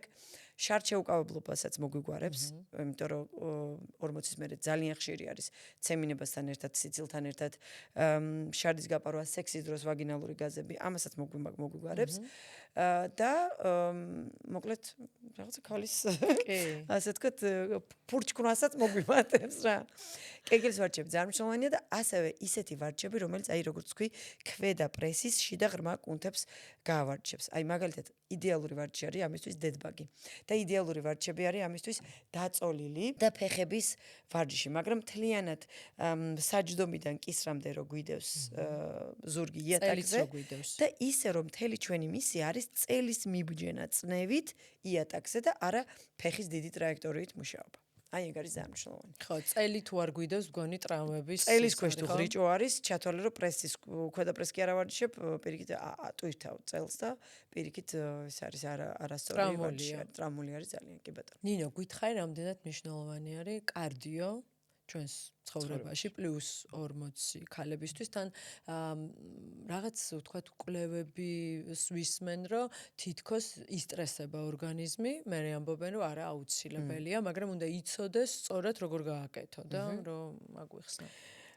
აი თუ ჩვენ საუბრობთ განსაკუთრებით 40+-ზე, კარდიო თვითონ სიტყვა გვეუბნება, რომ ეს არის კარდიოვასკულარული სისტემის მხარდაჭერა, ხო? თუმცა, ეხლა გოგონა ქალბატონი ადგა და მარტო კარდიო აკეთა, იმიტომ რომ როგორც წესი დარბაზში რო შეხო, მხოლოდ და მხოლოდ სარბენი ბილიკებია და დაკავებული და მარტო მაგით შემოიფარგლებიან ხოლმე, ეგეც ცალსახად არ არის რეკომენდირებული. კარდიო უნდა კეთდებოდეს თვეში, ბოდიში, კვირაში ერთხელ ან 2 ჯერ, ყველა ვარიანტში. ის ლახტი, რაც ჩვენ თქვით, რომ ის ხტომითი იმპაქტი რა, ჩვენს ხტომითი დატვირთვა ჩვენს სხეულზე. ლახტი კარდიოს უზრუნველყოფს, ფაქტიურად ლახტი არის ჩვენი კარდიო, ხო? თუ სირბილი დაამუღება, სწორად სირბილი ქალბატონმა, სირბილი არის კარდიო და სირბილის დროს იდეალური არის ინტერვალური სირბილები, ინტერვალური სპრინტინგი, არა მონოტონურად დავუშვათ 45 წუთიანი სირბილი, რომელიც იდეაში ცოტათი ზედმეტი დატვირთვა არის ამ დროს უკვე ჩვენ სახსრებზე. არამედ მაგალითად პირიქით დროში შემცირებული 20 წუთიანი კარდიო, მაგრამ იმ 20 წუთში ჩატეული, დავუშვათ 10 წუთი გასახურებლად და 10 წუთში ინტერვალური სირბილი, მაგალითად 30 წამი მაქსიმალური სიჩქარით, მომდევნო 30 წამი დასვენება. ნელი სიჩქარე ან საერთოდ გარეთ გადახტომა. თუ გარეთ დარბის, ამის კონტროლი ძალიან მარტივი არის. ძუნძულზე რას ფიქრობ? აი, ძუნძული ზუსტად ეგ მონოტონურ კარდიოში გავიყვანე. ყველა ვარიანტში ძუნძულმა რო შედეგი გამოიღოს, უნდა იყოს მონოტონური და ხანგრძლივი. ანუ სადღაც 45 წუთი პლუსი. 45 წუთი პლუსი, როგორც თქვით, ანუ ამ დროს უკვე აი ამ ფაზაში 40 წლის შემდეგ სახსრებისთვის არც თუ ისეთი სასურველი დატვირთვა არის. ამიტომ, რადგან ჩვენთვის კარდიო ძალიან მნიშვნელოვანი არის, რადგან ჩვენთვის სირბილი დარტყმითი ვარჯიში ძალიან მნიშვნელოვანი არის და თან ძალიან კარგ შედეგადსაც გვიდევს ცხიმის წვის კუთხით, ინტერვალური სირბილი იქნება ჩვენთვის იდეალურად სტრატეგიული გადაწყვეტილება. ანუ 30 წამი სწრაფი სირბილი სპრინტი, რასაც ქვია, აი 100 მეტრიანზე რო გარბიან ხოლმე ეგრე, 30 წამი გაჩერება. თუ თავიდან 30 წამი გაჩერება არ ყოფნის, რომ ამოისუნთქო და მომდევნო 30 წამი 1 წუთი იყოს დასვენება, არ აქვს მნიშვნელობა. ანუ 30 1-ზე შეფარდებით 1 წუთზე, მერე 30 30 წამზე შეფარდებით, მერე 30 15-ზე შეფარდებით, მერე 30 10-ზე შეფარდებით. ანუ შესვენებები მინიმალურზე რო დავიყვანოთ და ეს მაქსიმალური ძალისხმევა შევინარჩუნოთ 30 თუნდაც 20 წამიდან დავიწყოთ ეს მაქსიმალური ძალისხმევა. ამიტომ კარდიო ძალიან მნიშვნელოვანი არის. განსაკუთრებით კარდიოს უგულებელყოფა, ასე ვთქვათ, ხდება ხოლმე მაშინ, როდესაც წონის მატება უნდათ. და საერთოდ ამოიღებენ ხოლმე კარდიოს. ეს ცალსახად არ არის კარგი, იმიტომ რომ გულს სისხლძარღვთა სისტემას სჭირდება განვითარება. რა თქმა უნდა. ამიტომ კარდიო ყველა ვარიანტში კვირაში ერთხელ მაინც უნდა გავაკეთო. მინიმუმ კვირაში ერთხელ მაქს 2 ჯერ ალბათ, მეტი არ არის საჭირო. და ეს დარბაზში ესეთი კუბიკები რომ არის, აი მაგაზე ახტომა, ვიცი რომ ძალიან კარგია. ხო, აი როგორც ვთქვით, ნებისმიერი ხტომითი ვარჯიშები, აი იდეალური არის კუბიკზე, ბოქს ჯამპებს რასაც ეძახიან. ხო, ბოქს ჯამპები. ძალიან კარგი არის. კორპუსისთვის ძალიან მაგარია, ფეხებისთვის ძალიან მაგარია, ზოგადად ზოგადი სიძლიერისთვის, სხეულის ზოგადი სიძლიერისთვის ძალიან მაგარია და ასე შემდეგ, ეგ ძალიან კარგია. იცი რა მაინტერესებს, აი ტრენაჟერებზე ვარჯიში. რაღაც ესე მოვისმინე, რომ ეს რაღაც უფრო კაცებისთვის არის შექმნილი ტრენაჟერები და ძირითადად აი არ ვიცი, ქალებს რაღაცა ვერ ერგება. მე ძალიან მიყვარს თვითონ ტრენაჟერი. საერთოდ ტრენაჟერი ქალებისთვისაც და კაცებისთვისაც უნდა იყოს აქსესორი, როგორ ვთქვათ, აქსესუარული. ხო, აქსესუარია რა. ძირითადი აქცენტი ანუ დამატებით? დამატებით. და ეგეც აუცილებელია ოღონდ, იმიტომ რომ სხვადასხვა მიზნები გვაქვს, ხო? ჩვენ დავშოთ იქ ერთს უნდა საჯდომის გაზრდა, მეორეს უნდა კლავის გაზრდა. ანუ ეს დამატებითი აქსესუარები ძალიან მნიშვნელოვანი არის. პლუს 40-ში შესაძლებელია საჯდომის გაზრდა? ყველგან ყოველთვის შესაძლებელია საჯდომის გაზრდა. საჯდომზე არის სამი უშველებელი კუნთი, რომელიც ყოველთვის შეგიძლია აზე მოიყვანო და ყოველთვის შეგიძლია გაზარდოს სწორი სტრატეგიული მიდგომით, კი. რაც ეხება ტრენაჟერებს რომ მიუბრუნდეთ, ხო? ზოგადად ვარჯიში დაგეგმარება უნდა ხდებოდეს შემდეგნაირად. დასაწყისში უნდა იგეგმებოდეს ჩვენი ძირითადი აწევები, ასე ვთქვათ, ჩვენი ძირითადი ლიფტინგი კარგად ჭრას, ხო? ძირითადი აწევა რა, ძირითადი ვარჯიში კომპლექსური მოძრაობა, მაგალითად, ჩაჯდომა ფეხების დღეს, ან დედლიფტი ფეხების დღეს, ზედატანის დღეს, მაგალითად, ან ბენჩ პრესი, ან შოლდერ პრესი. ბენჩი არის მკერდის, საით დაწოლილი და მკერდისთვის რო წევთ, შოლდერ პრესი არის მხრისთვის. ეს კომპლექსური მოძრაობა და ან ზურგისთვის დავუშვათ აი გადახრილი და შტანგი განტელი იქნება თუ ღერძი იქნება, აი ესე ამოზიდვა იატაკიდან სხეულისკენ. აი ეს ყველაფერი რაც შემოვთვალე, ხო? თავიდან სასურველია კი არა და აუცილებელია რომ იგეგმებოდეს თავისუფალი წონებით. თავისუფალ წონებს ემუშავები თავიდან და მერე უკვე შემდეგ გადადიხარ უკვე აი ამ აქსესუარებზე, რომელიც არის დამხმარე აი ამ შენი თავისუფალი წონების ვარჯიშისა რა. და არა მხოლოდ ტრენაჟერი. არა მხოლოდ ტრენაჟერი. ცალსახად არა მხოლოდ ტრენაჟერი. იმიტომ რომ ტრენაჟერზე სხეულის ერთი ნაწილი ყოველთვის გათიშული. ანუ იქ ლეგ პრესი რო ავიღოთ ხო, ფეხის ტრენაჟერი, რო უნდა მიაწვე. ანუ მთელი ზედატანით გაჩული წევხარ. და მარტო ფეხებს ამუშავებ. ანუ ტრენაჟერი არის ერთგვარი იზოლაცია კუნთის, რომელიც ასევე ძალიან მნიშვნელოვანი არის კუნთის ცხოვრებაში, მაგრამ არა ძირითადი. ამიტომ მარტო ტრენაჟერების გაკეთება ცალსახად არანაირ რეკომენდაციას არ გავცემდი, კი არა და გამოდის რომ ერთი და იგივე ადგილს ტკეპნის და შედეგს ვერ დადებს, ვერანაირ პროგრესს ვერ აჩვენებს სხეული თავის კომპოზიციაში და აგებულებაში, ფორმების ცვლილებაში, როცა აი ესე რომ დაიგეგმოს თავისუფალი წონები პლუს ტრენაჟერიც, ეგ უკვე ძალიან გადასარევ შედეგს. და აი ძალიან ტრენდული წლებია პრინციპში, რაღაც ესე სტანდარტულად არის ვარჯიში, რომ კვირაში ორჯერ ფეხი ერთხელ ზედატანი. აი ამაზე რას ფიქრობ? ხო, მიზნების ამბავი არის და თან ზედატანს თუ დავაკელით, ზოგადად, აი როგორი რაღაც არის, აი წეღა რომ ვახსენე კუნთებს აქვს თავისი არითმეტიკა და ბალანსი თქო. ძალიან ხშირი არის მაგალითად ქვედატანის დღეებშიც კი უმეტეს დატვირთვას მაგალითად კვადრიცეპსი იღებს, გოგონები ისეთ ვარჯიშებს ირჩევენ, რომ უმეტეს დატვირთვას კვადრიცეპსი იღებს. მეც კი პრობლემა მაქვს hamstring, ანუ კვადრიცეპსი არის ბარძახის წინა ოთხთავა კუნთი.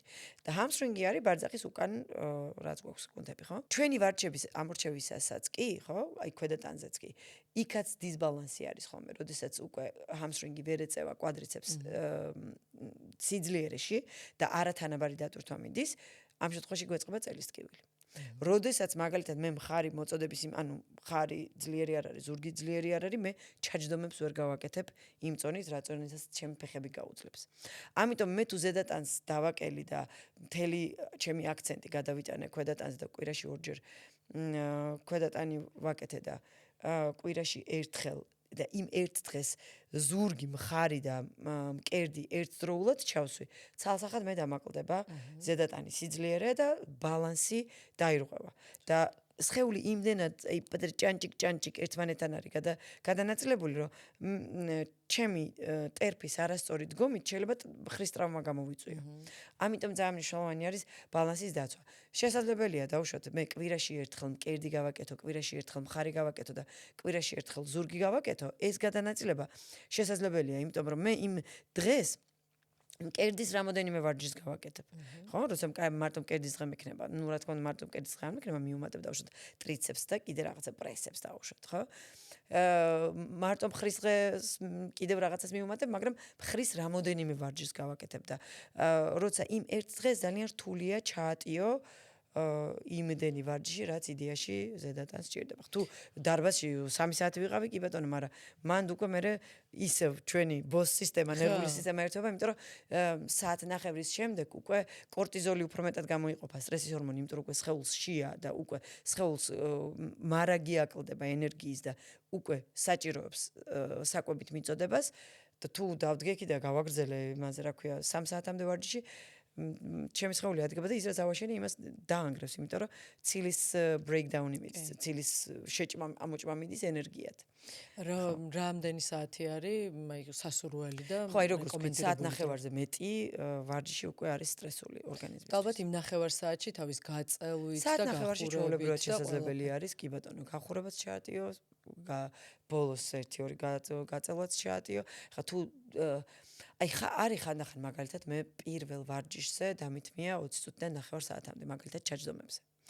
როცა მინდა რომ მე გავზარდო ჩემი 1 rep max-ი, ანუ ერთი ჩაჯდომის მაქსიმუმი წონა, ხანდახან 30 წუთი დამითმია სკვოტებზე, ჩაჯდომებზე რა. ამიტომ შემდგომი ვარჯიშები მე რაც მაქვს, ისე მიმიყვანია საათნახევრის პიკამდე, რომ იუსულ ვარ საათნახევარს და გაწელვები დამიგიდია.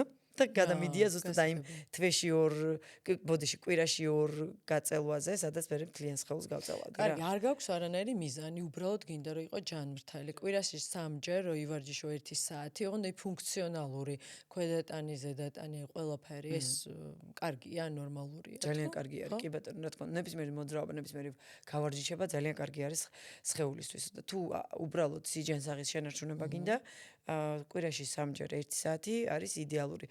ყველანაირი ვარჯიში ფუნქციონალური არის. ნებისმიერი ტრენაჟორზე ვარჯიშიც კი ფუნქციონალური არის, იმიტომ რომ ის რაღაცას უშვება იმ კუნთს და რაღაცას ანუ იქ სადაც ხდება კუნთის მოჭიმვა და გაშვება, იქ უკვე ფუნქციონალი ირთვება და იქ უკვე ფუნქცია მუშაობს. უბრალოდ, რა თქმა უნდა, ტრენაჟორით გაბალკული კუნთი არ ნიშნავს ფუნქციურ კუნთს, იმიტომ რომ ფუნქციური კუნთია და ფუნქციური ორგანიზმია, როდესაც აი რაღაცა ვარჯიშების იქნება თუ რაღაცა ჩვენი ცხოვრებისეული მოვლენის დროს, ჩვენ ყველა კუნთის ჩართულობა შეგვიძლია, რაც კი გაგვაჩნია. ნუ უმეტესობა ჩვენი კუნთის ჩართულობა შეგვიძლია, რაც კი გაგვაჩნია, ხო?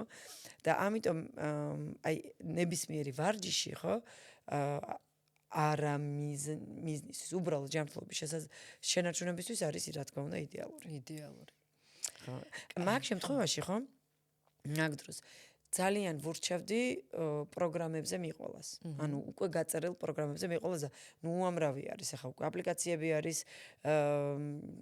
ძალიან დისტანციურად. შენს გაქვს აპლიკაცია? მეც მაქვს აპლიკაცია, ქართული აპლიკაცია არის, ფიტნეს აპლიკაცია არის, სადაც ფაქტიურად ყველაფერი არის, ყველანაირი დარბაზის სავარჯიშო პროგრამა არის, ყველანაირი მიზნებზე მორგებული, ქალიან კაციანად, გვაქვს სარეაბილიტაციო ტიპის პროგრამები, პილატესია, იოგა არის, კვებები არის უამრავი, ასე ვთქვათ და პირველი სრულყოფილი აპლიკაცია არის, სადაც პრინციპში აი ძალიან ხელმისაწვდომ ფასად ადამიანს შეუძლია ყავდეს პერსონალური მწვრთნელი თავის მობილურში და ქართულად, კი, ქართულად. პირიქით ახლა ვცდილობთ ინგლისურად გადავთარგმნოთ და გავიდეთ სადღაც სხვა ბაზრებზე და აი ეგეთ დროს ძალიან მნიშვნელოვანი არის, რომ აი ეს ალაგ-ალაგ აი რაც მოხდება თვალში რო არ მივიდეს და პირველი ბიცეპსი არ გააკეთოს და ბოლოს ჩაჯდომა არ გააკეთოს ტიპმა, აი ეგეთი რაღაცისთვის უმიზნო ვარჯიშისთვის ძალიან მნიშვნელოვანი არის უკვე პროგრამით ვარჯიში. და დაგვეხმარება ამაში შენი აპლიკაცია. ჩემი აპლიკაციაც არა, მარტო Cherry's Fit API, Cherry's Fit Android-იც არის და iOS-იც. Cherry's Fit აპლიკაცია. მე მაინტერესებს კალორიების თვლაზე რას ფიქრობ, ისტერიულ სურო კალორიების თვლაზე. 1500 კალორიაზე ვარ მე დღეს და ძირითადად რას დავაკვირდი. და ვერტული რანაირად დათვალო კალორია. ნუ ალბათ დაახლოებით, მაგრამ მე ანუ ხვდები იმას, რომ 1500 კალორია სულ მუდამ აი ამაზე დასტრესვა და ფიქრი, პირიქით უფრო ვერ სავარაუდოდ გამატებინებს და ეს მუცლის ცხიმი, რასაც ვამბობთ, მე მგონი ამ სტრესის ფონზე კიდევ უფრო მეტად თავს იჩენს, არა? კი, ესე იგი თელს ჩემს ფიტნეს კარიერაში, რომელიც უკვე საკმაოდ ბევრი არის. მე მგონი, სამჯერ მაქვს დათვლილი კალორიები. ისიც იმიტომ რომ ცოდნოდა რასთან მქონდა საქმე. ძალიან და მინდა გითხრა რომ ძალიან რთულია. იმიტომ რომ კალორიების სვლა ეს იმას ნიშნავს რომ აზად პირთან მიდა ყველაფერი უნდა აწონო, გაზომო, ჩაიწერო, ბუღალტერია გააკეთო და აი ვის აქვს ხა ნუ არიან ადამიანები ვისაც აქვთ ამისი დრო და ამისი ნებისყოფა და ნერვები და ღმერთმა გაუმარჯოს. აი მოდი იცი რა ჩავშალოთ. მაგრამ მაგალითად, აი მე რა მაინტერესებს. თქვათ არის ესეთი fitness meal. ანუ fitness კვება. ხო. fitness კვება, რომელსაც გამოიწერ. ხო. და გაქვს რაღაც 900 კალორია. ანუ აი მითხარი რომ ხეს სიგიჟეა. ძალიან სიგიჟეა, მაგრამ ნუ ისე პიარდება და ისე და იმდენად ჩემი კოლეგები არიან, მე ვერაფერს ვერ არა, გასაგებია, კოლეგებზე არ ვისაუბროთ. მე ვამბობ აი რამდენად შეიძლება თან ქალისთვის, თან ახალგაზრდა იცით რა არის, ვინც რეპროდუქციულ ასაკში ეგეთ კვებას ასე ვთქვათ, ყიდის, ისინი აუცილებლად აყოლებენ ინსტრუქციას, რომ ეს არის მხოლოდ და მხოლოდ ორი კვირა მაქს გასაკეთებელი. მაგრამ როგორც წესი ორ კვირაზე მეტი აკეთებენ გოგონები და როგორც წესი ეს აუცილებლად აისახება სადღაც ჯანმრთელობაზე, იმუნიტეტის დაქვეითებაზე პირველ რიგში, შემდეგ ციკლის არევაზე, ან დაგვიანება, ან ჩაგდება, ან ზოგადად არ მომავალში არევა, ან ნუ ზოგადად აი ძალიან ბევრჯერ ყოფილა, ძალიან ბევრი ინფლუენსერი ვიცით, ვისაც გაუკეთებია ესეთი ძალიან დაბალკალორიული კვება და აი არ არსებობს ხოლმე დაკურებული ვარ. რო ცოტა ხანში არ მოყვეს სტორი, რომ აქვს სიცხე, რაღაცა 2 კვირის განმავლობაში ვერ გამოდის მდგომარეობიდან, ან ვირუსი დაეტაკა ისეთი, რომელიც თვე გაუგრძელდა, ეს არის სიგნალი, რომ შენ ისეთი რაღაცა ქენი მანამდე, რომელმაც დაგიგდო იმუნიტეტი, იმიტომ რომ დაბალი კალორიების მიღება ქალის ორგანიზმში განსაკუთრებით, ხო? ჩვენ ხო გადავდივართ ეგრევე თავდაცვით მოუძე, თავდაცვით ფაზაზე, ხო? სამი თავდაცვით ფაზაზე, როდესაც გადადის, ხო, ორგანიზმი ავტომატურად ირთვება, როგორ რაღაცა იცი, რომ ორგანიზმი იძახის, რომ ჩვენ გვჭირდება ეხლა სასიცოცხლოდ მნიშვნელოვანი ორგანოების მუშაობა, რომელიც არის რესპირატორული სისტემა, სასუნთქი სისტემა, გულ-სისხლძარღვთა სისტემა, რომ ეს გულია, იასა გულით უგაჩერდა მოკვდები. და ნუ ენდოკრინული სისტემის მინიმუმი რა, იმიტომ რომ ჰორმონების გადაცემა და სიგნალებია ზოგადად მთლიანი და კუჭნაწლავის სისტემა. ანუ მომნელებელი სისტემის ისიც არაგამართული მუშაობა. დანარჩენ გარე სისტემას, ანუ მეორად სისტემებს ეგრევე უწევს, ანუ ჩაუწევს. აი ხმა მაღალზე რო იყოს და ჩათოლიო ჩაუწიო. ეს მეორადი სისტემები ხა მე ჩამოგითვლიერებია და ნახე შენ რამდენად მეორადი არის. ისევ ენდოკრინული სისტემა, იმიტომ რომ ფარისებრ სურტყავს, ენდოკრინული სისტემა და აქ შედის ჩვენი ციკლის ჯანმრთელობაც, რა თქმა უნდა, იმუნური სისტემა, როგორც გითხარი, კოგნიტური სისტემა, ან გულმა ვიწყობა, მე იქ რაღაცა brain fog-ი, ქართულად არ ვიცი, როგორ არის დაბინდვა, გონების დაბინდვა, დაღლილი ადგომა, ანუ აი ეს ყველაფერი, ხო? ენერგიის ხელმიუწვდომობა ორგანიზმში. ეს ყველაფერი ეს რაღაცა ეს მეორადი სისტემები, ხო? ითიშება. და ეს მეორად ეძახის სხეული თავის ჯგუფით რო გადარჩეს, თორე ჩვენთვის მეორადია, ანუ ეს ხო საერთო ფონს ხო ძალიან აზარალებს, არა? იმუნური სისტემა ხო ჩვენ ძალიან მნიშვნელოვანი არის. რა დროს 800 კალორია და 1000 კალორია 40 პლუსზე, როგორც როცა 40-მდე მოყვება ღმერთისგან გარანტია, 40-ს ვერ შენზე ხარ. ანუ სხეულს ხო რაღაცნაირად 40-მდე კპატიობს სხეული რაღაცებს რა და საკაიფოდ მიდიხარ და 40-ს მერე უკვე იმაზე უნდა იზრუნო, რომ როგორ გაახანძრო, როგორც გააჯანსაღო და როგორ გააძლიერო რა და აი ხა 800 კალორიას როცა ხარ ორ კვირაზე მეტი, ხო, ნუ საკუთარი თავის მტერი გამოდიხარ რა. მანდ ეგ სამწუხაროდ ესეთი დაბალი კალორიის მანდ არის ერთი ძირითადი პრობლემა, რასაც მე ვხედავ რა. ეს არის ზომიერებაზე არ მუშაობა. 800 კალორია შენ ვერ მოგიგვარებს მაგ პრობლემას. ანუ შენ ისევ მიდიხარ 800 კალორიას რომ მორჩები, ისევ იქამდე მიდიხარო, შენ ვერ დაამუღამე შენი ზომიერი კვება, შენ ვერ დაამუღამე შენი დისციპლინა და ხარ რაღაცა мотиваციებზე და შთაგონებებზე დამოკიდებული. мотиваცია სულ იმას ვიძახი, რომ ეს არის ემოცია და ქალის მით უმეტეს ჰორმონალური ფონი ისეთი ქარიშხალია, ხან მოდის, ხან მიდის, ხან იცინი, ხან კაცტკვალა გინდა და ხან ბედნიერი ხარ და ხან უბედური, ხო? და ანუ როგორ შეიძლება ემოციაზე იყო დამოკიდებული და როგორ შეიძლება არ იმუშაო შენ დისციპლინის გამომუშავებაზე და დისციპლინა არის ჩვენი ჩვევები. ხო? ის რომ მოდი მე დღეს 5 ჭიქა წყალს და გუში 3 დავლიოთ, დღეს 5 ჭიქა დავლიოთ. მოდი ეს 5 ჭიქა და გავაგრძელოთ 8 დღის განმავლობაში, 5 დღის განმავლობაში. ვა, გამომივიდა, მოდი კიდე გავაზარდოთ. ეს შემოვიდა უკვე ჩვევა. საკვებზე, ხო? გადმოვიღე რაღაცა 9 კაცის პორცია, მოდი ეხლა ცოტა 30%-ს დავტოვებ ამ თებშიდან რა და ისე შევჭამ. ხვალაც იგივეს გავიმეორებ, ზეგაც იგივეს გავიმეორებ და всё და დავარეგულირებ პროპორცია და ზომიერებაზე ანუ ჩვენი ფუნდამენტი რაც არის, იმაზე ვიმუშაო და ის გავიჯინოთ, რომ რაც ჩვენ ხანგრძლივად გაგვაქაჩინებს. რა ეს 800 კალორია და 900 კალორია დიდხანს ვერ გაგვაქაჩინებს და აი ამ ფუნდამენტს ვერ მოგვიგვარებს. რაც არის იდეაში ჩვენი ფუნდამენტი. და აი 40 წლამდე თქვათ, ორიანები, სადაც არის. სულ 800 კალორიით დაიკლო, მე აუცილებლად აინაზღაურებ ისევ ან იმაზე მეტს. ხო, როგორც წესი, საერთოდ ესე არის, რომ საერთოდ ესეთ რაღაცას ვიძახი ხოლმე, რომ წონის კლება მატების ამბავში ცოტა რა შევეხოთ რა. რაც უფრო დიდი ხანი გააჩერებთ თქვენ ჭარბწონას, მით უფრო დიდი ხანი მოეჭიდება ჩვენი ტვინი და ჩვენი სხეული აი ამ წონაზე, მით უფრო მეტი ძალის ხმა დაგჭირდებათ, რომ ეს გაანთავისუფლოთ რა. შეამჩნიეთ, რომ წონა გაგიქცათ და წონა გაგიცათ ეგრევე 10 კილოთი ხო არ გაგიქცათ არა? გაგიცათ ჯერ 3 კილოთი. და შეამჩნიეთ, რომ ეს 3 კილო უკვე რაღაცა 6 თვე ატარებ ამ 3 კილოს, ხო? ეხლა მე არ ვამბობ, რომ რაღაცა ის 3 კილოს და 1 კილოზე რო იციკლებიან ხოლმე ორ კვირაში. მაგას ნამდვილად არ გულისხმობ და არ მინდა რომ არასწორი მესიჯები არ გაუშვათ რა. მაგრამ წონა ეგრევე 20 კილოთი არ იქცევა. ანუ შენ ამბობ, რომ წონა არ გაგექცეს, რომ აკონტროლოთ, თორე 3 კილოზე აქ ჩვენ არ ვსაუბრობთ. ნამდვილად არ ვსაუბრობ, ხო, მაგრამ უბრალოდ თუ მე დავუშვათ ეს 3 კილო 6 თვე ვატარე, ხო? მე მომდევნო 6 თვე კიდე დავამატე 2 კილო და всё წლის განმავლობაში გამოვიდა რომ 5 კილო დავიმატე მე ზემოთ. მე მომდევნო წელი, ხო? მომენტ 5 კილო მომატებულზე ისევ ეს შევჯდები და it's okay. გავაგრძელოთ.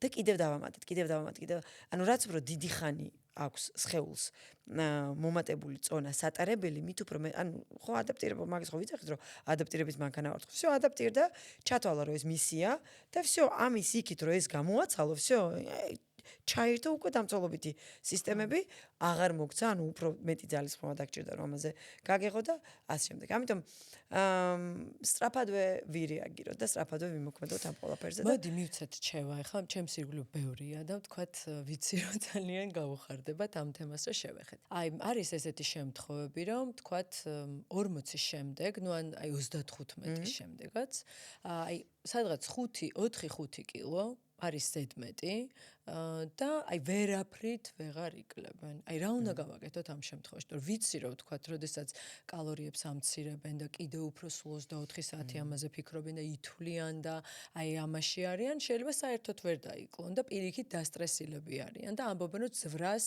ვერ ვუშვებით და ნუ არ მიდის ეს წონა. აი რა გავაკეთოთ? ხო, მან ესეთი ძალიან რთული რაღაც არის, ჯერ უნდა ჩამოწერონ თვითონ რას აკეთებენ. იმისთვის რომ აი ეს 3-4 კილო მოიშორონ ასე თქვენ, იმიტომ რომ როგორც წესი აი სულ იმის მაგალითი მაქვს ხოლმე რა ლურსმნის ჩაჭედების მაგალითი მოყვანილი ყველგან რომ ანუ ლურსმანი რო აქ არის და შენ საკურტყავ ლურსმანი არ შეეჭედება არა ცოტა უნდა მოწიო ანუ ან აქ რო ურტყავ ხო მიხვდი რომ არ ეჭედება ანუ უნდა მოატრიალო და დაუმიზნო ხო შესაბამისად უნდა ჩამოწერონ რას აკეთებენ ჯერ და დავუშვათ იქ თუ ძილი არის მოუწესრიგებელი იქ თუ მოძრაობა არის დასამატებელი იქ კალორიებს ყველაზე ბოლოს შევეხებოდი.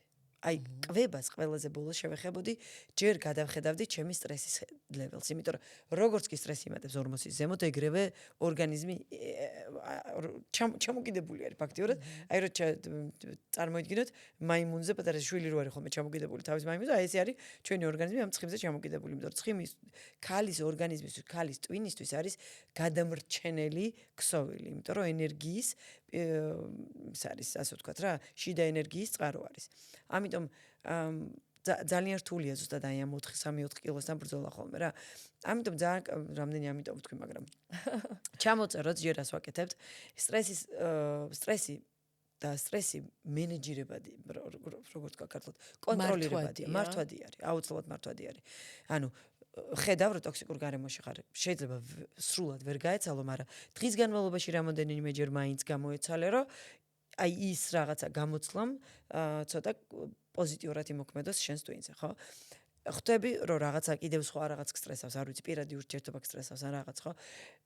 მანდაც შესაძლებელი არის, რომ რაღაც სხვადასხვა ტექნიკებით და ეხლა იმდენი ონლაინ ისინი არის, ტექნიკები არის მოძიებადი და ყველა ფსიქოლოგი ონლაინ არის გადასული და აი ამ რაღაცების გაზიარებაზე არის, ამ ტექნიკების გაზიარებაზე გადასული, ძალიან მარტივად შესაძლებელი არის, რომ აი ეს სტრესი ვაკონტროლოთ. ხანდახან ვაასწავლოთ ჩვენს სხეულს, რომ მოდი ერთი დღე ავიღოთ შესვენება და რაღაცა არ დაიქცევა არაფერი.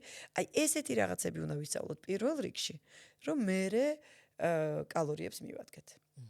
ანუ ეს ამ რაღაცებს თუ მოვიწესრიგებთ, ძილს მოვიწესრიგებთ, სტრესის კონტროლს ვისწავლით, მოძრაობას ჩავთავთ უფრო მეც, მერე მივადგეთ კალორიებს. მერე უკვე გადავანაწილოთ კვება დღის განმავლობაში რამოდენიმეჯერ და დარწმუნებული ვარ ესეთი ტიპები ალბათ დილას ჭამენ და მერე საღამოს ჭამენ ან საღამოს ვაფშე არ ჭამენ რომ ან ბალახზოვენ ბოდიში ცოტა უხეშად ამინდა გამომივიდეს, მაგრამ მარტო მწვანეს ჭამენ, ხო, მარტო ბოსტნეულს ჭამენ, ცილა გვჭირდება.